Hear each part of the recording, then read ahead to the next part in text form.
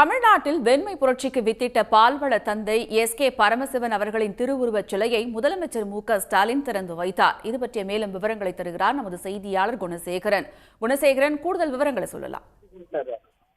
நிச்சயமாக கோவை, ஈரோடு மாவட்டங்களில் 2 நாள் பயணமாக வருகை தந்த தமிழ்நாடு முதலமைச்சர் இன்று காலை முதல் ஈரோடு மாவட்டத்தில் பல்வேறு நிகழ்ச்சிகளில் பங்கேற்றார். குறிப்பாக பொல்லான் திருவுருவ சிலை திறப்பு, மணிமண்டபம் திறப்பு, தீரன் சின்னமலை நினைவிடத்தில் மரியாதை செலுத்துதல் மற்றும் 1,84,000 பயனாளிகளுக்கு நலத்திட்ட உதவிகளுடன் கூடிய ஒரு அரசு நிகழ்ச்சி என பல்வேறு அரசு நிகழ்ச்சிகளில் பங்கேற்றிருந்த முதலமைச்சர் தற்பொழுது ஈரோடு மாவட்டம் சித்தோடு அருகே ஆவின் வளாகத்தில் நிறுவப்பட்டிருக்கக்கூடிய பால்வள தந்தை என போற்றப்படும் எஸ்.கே. பரமசிவன் ஐயா அவர்களுடைய திருவுருவ சிலையை தற்பொழுது திறந்து வைத்திருக்கின்றார். ஈரோடு மாவட்டம் சின்னியம்பாளையத்தில் பிறந்த எஸ்.கே. பரமசிவன் சுதந்திர போராட்ட வீரராகவும், அது மட்டும் இல்லாமல் தன்னுடைய அயராத முயற்சியால் ஒரு வெண்மை புரட்சியை உருவாக்கி பல லட்சம் விவசாயிகளின் வாழ்வாதாரத்தை உயர்த்திய பெருமைக்குரியவர். அவருக்கு ஈரோடு மாவட்டத்தில் இருக்கக்கூடிய ஆவின் வளாகத்தில் சிலை அமைக்க வேண்டும் என விவசாயிகள் நீண்ட நாட்களாக கோரிக்கை விடுத்து வந்தார்கள்.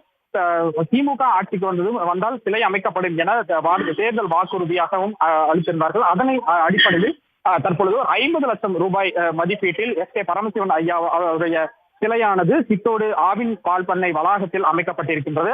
அந்த திருவுருவ சிலையைத்தான் தற்பொழுது தமிழ்நாடு முதலமைச்சர் மு.க.ஸ்டாலின் ரிப்பன் வெட்டி அந்த வளாகத்தையும் அந்த சிலையையும் திறந்து வைத்து அவருடைய திருவுருவ படத்திற்கு மலர் தூவி மரியாதை செலுத்தினார். மற்றும் அவருடைய வாரிசுகளுடன் புகைப்படமும் எடுத்துக்கொண்டார். இருக்கக்கூடிய விவசாயிகளுடனும் கலந்து உரையாடினார். அதனை முடித்துக் கொண்டு புறப்பட்டு செல்லக்கூடிய வழியில் தான் இருபுறமும் திரண்டிருந்த ஏராளமான மக்கள் திரண்டிருந்த அவருக்கு வாழ்த்துக்களையும் வரவேற்பையும் அளித்தார்கள். அவர்களுடனும் ஒரு உற்சாகமாக அவருடன் பேசிவிட்டு அவர்களுடைய வாழ்த்துக்களையும் பெற்றுவிட்டு தற்பொழுது முதலமைச்சர் இந்த 2 நாட்கள் நடைபெற்ற இந்த அரசு விழாக்கள், கோவை, ஈரோடு நிகழ்ச்சிகளை முடித்துக் கொண்டு ஈரோட்டில் இருந்து தற்பொழுது ஒரு திருமண நிகழ்வில் பங்கேற்பதற்காக சென்றிருக்கின்றார். அதை முடித்துக் கொண்டு கோவை சென்று விமானம் மூலமாக சென்னை திரும்ப இருக்கின்றார்.